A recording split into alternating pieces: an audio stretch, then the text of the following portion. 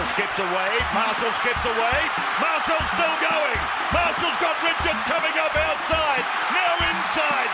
Arsenal have gone through an entire league campaign without losing. Bennett and the Dragons win the grand final. Whips that one away, and Kane Williamson and his team now World Test champions. Welcome back to another episode of the TGIF podcast. Thank God it's footy. We're into the last month of the year. What are we, 28 swims to go before we've knocked off every day. Well, not we, you have knocked off every day of the year. We're nearly there. We're into the thick of it now. It's the easiest time of year. That's the best time of the year to be out there in the water. It's you can go for those late evening ones as we did this evening.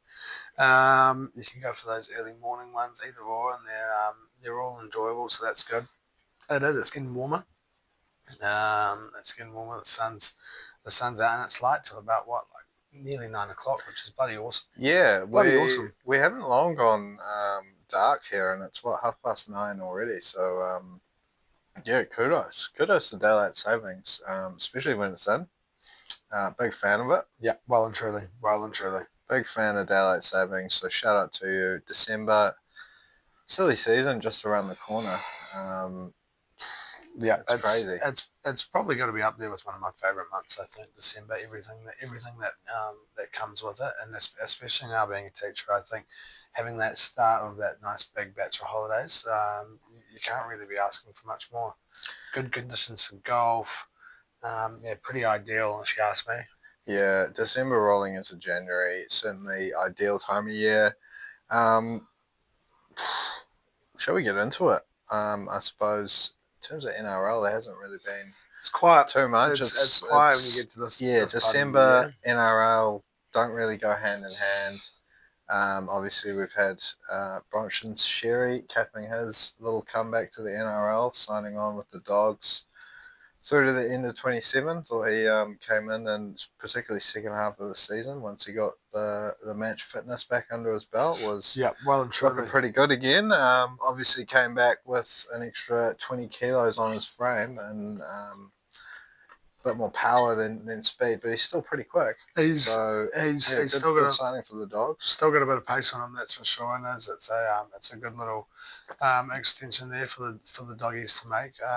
But you're right, it is fairly quiet when you get into this part of the year in terms of the NRL. We did see a little bit of State of Origin news come out with the announcement of Laurie Daly as the new Blues coach. Yeah, Loz, he's back at the helm for the Blues. Obviously not the best record last time around, but when you consider what he was going up against in terms of that Queensland side, looking back on it, probably not even looking back on it even at the time, you realise you were witnessing, if not one of the greatest teams of all time. So interesting to see how he goes this time around with possibly what you might say is a bit more of a level playing field in terms of talent. Yeah, I think it's probably a little bit more even. Should injuries not come around, and he's able to pick from a full plethora of New South Wales talent, you might even give New South Wales the slight nod there. I don't know.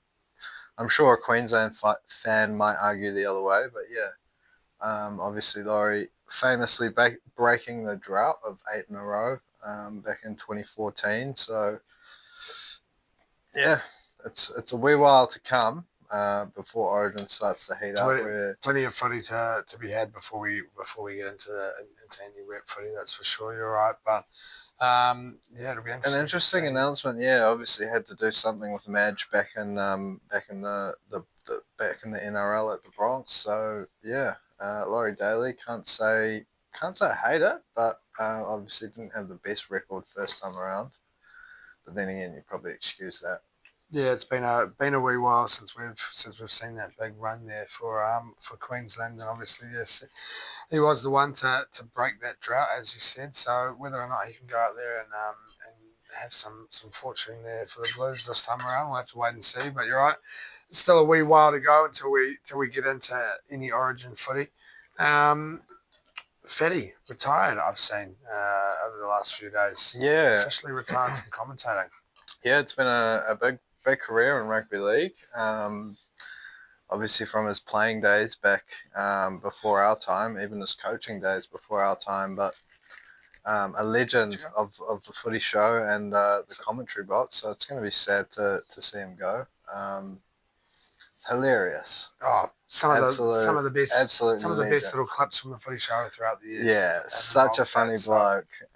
It's gonna be sad to not have him there, but yeah, obviously a lot more people probably sadder to see the footy show ending rather than Fatty retiring it himself. But yeah, a big loss for rugby league, I suppose you'd say. Yeah, obviously a voice that many will be familiar with throughout the years, and yeah, you're right. There's some very good memories back in the day of him on the footy show there. Many a laugh have been had listening to him tell some good stories. 100%. But yeah, apart from that, it probably wraps us up in terms of NRL and in terms of what I've seen. Haven't really seen too much else come across my feeds in the week of scrolling. But we have had a big week in terms of the Arsenal, in terms of the round ball. A couple of big wins since we last spoke. 2 big wins, 13 10 goals in the space of 7 days there. But yeah, you're right. 10 goals in the 2 games since we last spoke. 5-1 over Sporting there in the Champions League, and 5-2 over West Ham Sunday morning. What a week to be a Gooner, I suppose. Yeah, obviously Sporting had been on a very, very solid run there. Sporting had been on a very solid run there, and to go out there and score 5 goals like we did, which was just just starting in from when you said Sporting, I've cut out the footy haze. Was he starting to nibble your hand? Yeah, he was. Once he fucking gets comfy when he's awake. Chat. Yeah, obviously, big win there against Sporting to start it off. They'd been on that good run there, and to go out there and sort of break that. Maybe it was just old Ruben there at the helm that was leading the way for them. That was making it tick. But yeah, good win in the Champions League, and then following it up with another 5 goals there up against the Hammers on Sunday morning. It was a pretty lovely couple of days there to be a Gooner. Yeah, you're right there with the Ruben Amorim thing, to be honest.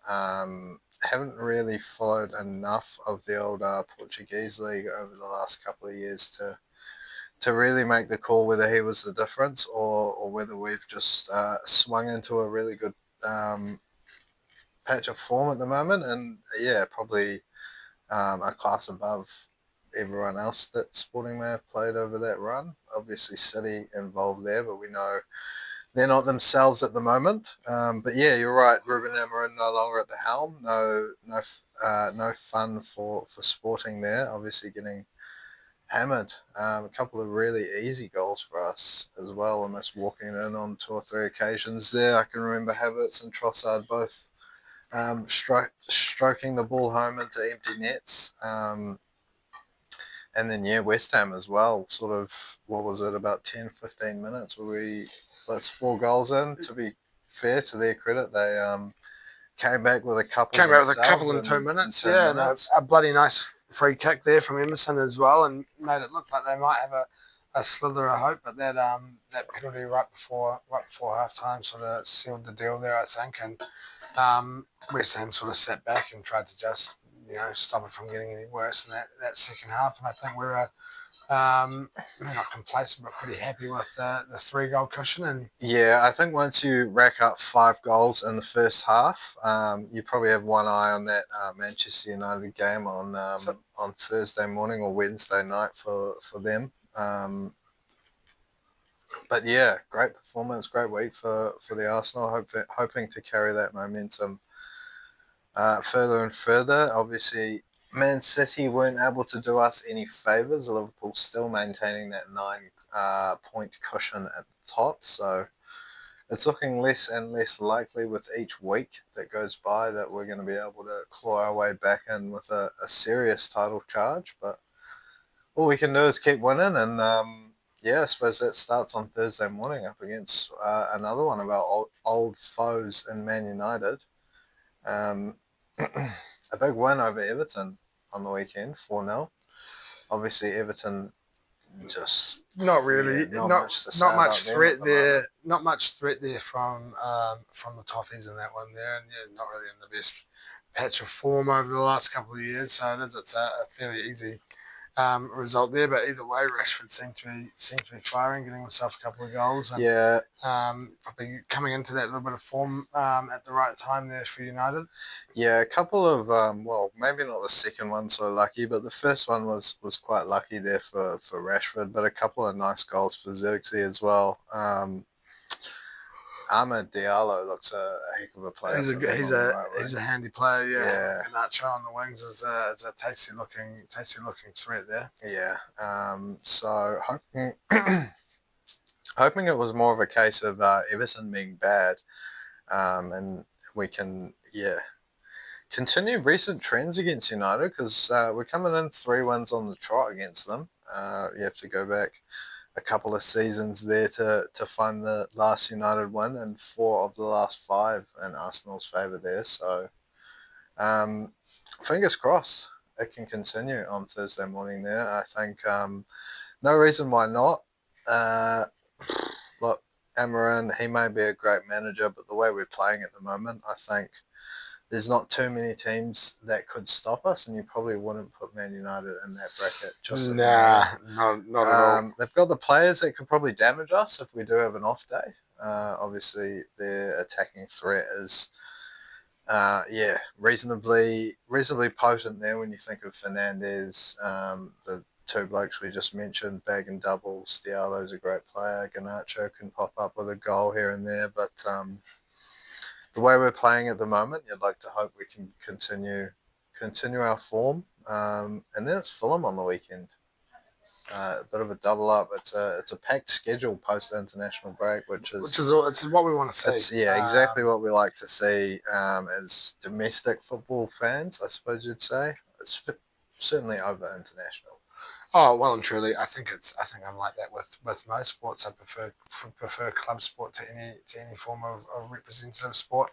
That little bit more enjoyable for me myself. But it's a nice time. Couple of games sort of chucked in there back to back, and a game up against Fulham, up against ex-Arsenal FC. So pretty much, yeah.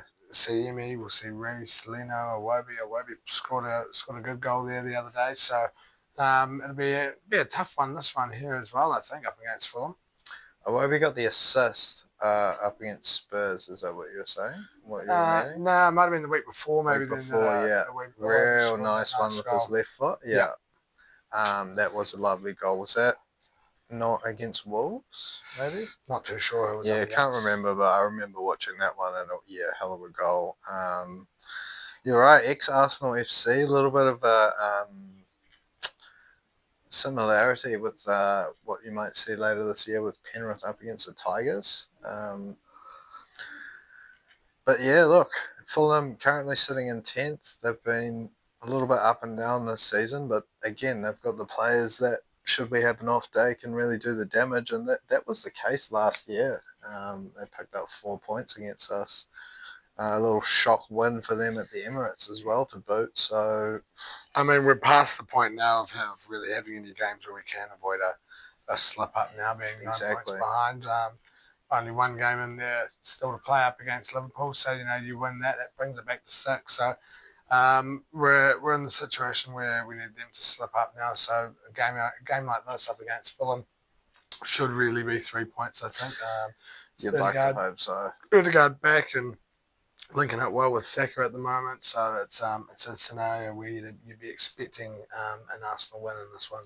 Yeah, apart from last season's blip, you have to go back another 11 games before our last loss to Fulham there, 2012. 8 wins out of those 11 games, so fairly strong record against them. Yeah, as you said, the way Odegaard's playing, Saka as well at the moment, he's bagging in the goals. On track as well, maybe not on track, but Actually, yeah, on track to break the assist record. On track, 10 down. It always seems to be that people have a really strong start to the season, get out to about 15 by halfway, and then fall off. And then they can't get to 21. We saw it with Ursulis. We've seen it with a couple others, I feel like, in the last couple of years. But, yeah, look, Saka, he's durable. If he can continue the way he plays throughout the season, the way he's playing at the moment, the way he whips in those corners, because we score a shitload of goals from corners. Yep. Surely he can pick up 21 assists this year. Seems to be where he gets most of his assists from. So, yeah, there's no reason why he can't get there this year. But, yeah, ideal scenario. We finished the weekend there 6 points better than where we are now. Still sitting there in second, and hopefully that little bit closer to Liverpool, ideally. Yeah. Look, as long as we have a net gain on Liverpool, I'll be a very happy chappy. If we sort of maintain that status quo, they're 9 points ahead, and we've picked up 2 wins. That's all we can really do about it. But yeah, that's probably it for the Arsenal, really. Take us through the darts. It's been a fairly quiet week on the Oki there as well, with in the lead up there to the World Champs kicking off. What are we today? The 3rd, so I think it's about the 15th. So I think it's a couple more weeks away until we do get underway with the World Champs. I believe Ben Robb must be Thursday morning our time. He kicks off his World Champs up against Connor Scutt, who's been in some pretty good form in the latter half of this year, and it's a fairly tough matchup last year up against Mickey Mansell, who at the time I thought was a very, very easy matchup. We've just seen him make a semi-final there in the last month, and Connor Scutt also, I believe, having a couple of good late runs in a few of these tournaments where some of the big names have been dropping early. If he does win, though, sets up an oceanic battle there up against Damon Heta, which would be pretty awesome to see. Obviously, the two good friends, I also think, related as well. I'm pretty sure I've touched on that before. I believe they're second cousins or something along the lines. So that'd be pretty cool. So I think it's sort of darts. Well, I was going to say darts down for the next couple of weeks. I don't imagine it'll be darts down for anyone. I'd say it's full practice mode in the run up to that, so that someone can try and take out one of those Lukes, I think, which we will be able to see, because I think the way it's teed up, the latest we can see Littler and Humphries, well, the only stage we can see Littler and Humphries is in a semi-final matchup. So okay, so no final. There'll be no rematch on the final from last year. I think you're looking at someone like, if we can see a good batch of form, someone like a Gerwyn Price maybe making the final. But yeah, over the last 4 or 5 months, we've seen a huge variety of people, of players making this good run into the finals or whatever events it's been on. So we saw it last year with Littler. Whether we see maybe another first time finalist when we get into the first couple of weeks there of January, we'll have to wait and see. But yeah, it's been pretty quiet on the Oki. It's just December. Everyone's busy with a whole heap of other things.